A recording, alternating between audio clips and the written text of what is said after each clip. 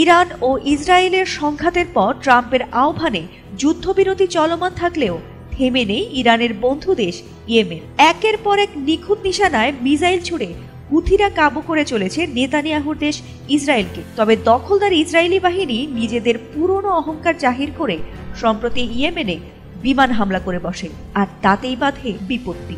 Israel বোধহয় কল্পনাও করেনি যে ইরানের পাশাপাশি ইয়েমেনও তাদের এভাবে সামরিক শক্তিতে ঘুম হারাম করে ছাড়বে। তাদের এই সামরিক সক্ষমতা দেখে রীতিমতো ভড়কে গেছে যুদ্ধবাজ ইসরায়েল ও তার বন্ধু দেশ যুক্তরাষ্ট্র।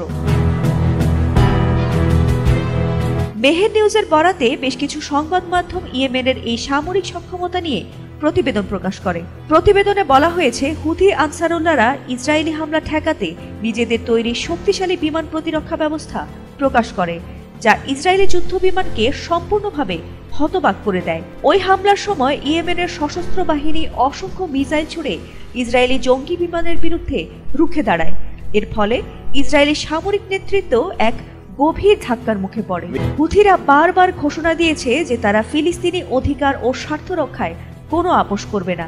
একই সঙ্গে দখলদার ইসরায়েলি কর্তৃক চালানো গণহত্যা ও অপরাধমূলক কর্মকাণ্ডের বিরুদ্ধে দৃঢ় প্রতিরোধ গড়ে তুলবে। তাদের এই অবস্থান থেকে সাম্প্রতিক সময়ে দফায় দফায় করা ক্ষেপণাস্ত্র হামলায় ফিলিস্তিনি ভূখণ্ডে দখলদার ইসরায়েলিদের নিরাপত্তাহীনতা দিন দিন বাড়িয়ে তুলছে। তবে এই পরিস্থিতির জবাবে ইসরায়েল সম্প্রতি ইয়েমেনের হুদাইদা বন্দর, রাস ইসা এবং হুদাইদার বিদ্যুৎ কেন্দ্রে হামলা চালিয়েছে। তবে এই হামলায় অংশ নেওয়া ডজন খানেক ইসরায়েলি যুদ্ধ বিমান ইয়েমেনের শক্তিশালী বিমান প্রতিরক্ষা ব্যবস্থার মুখে রীতিমতো হার মানতে বাধ্য হয়।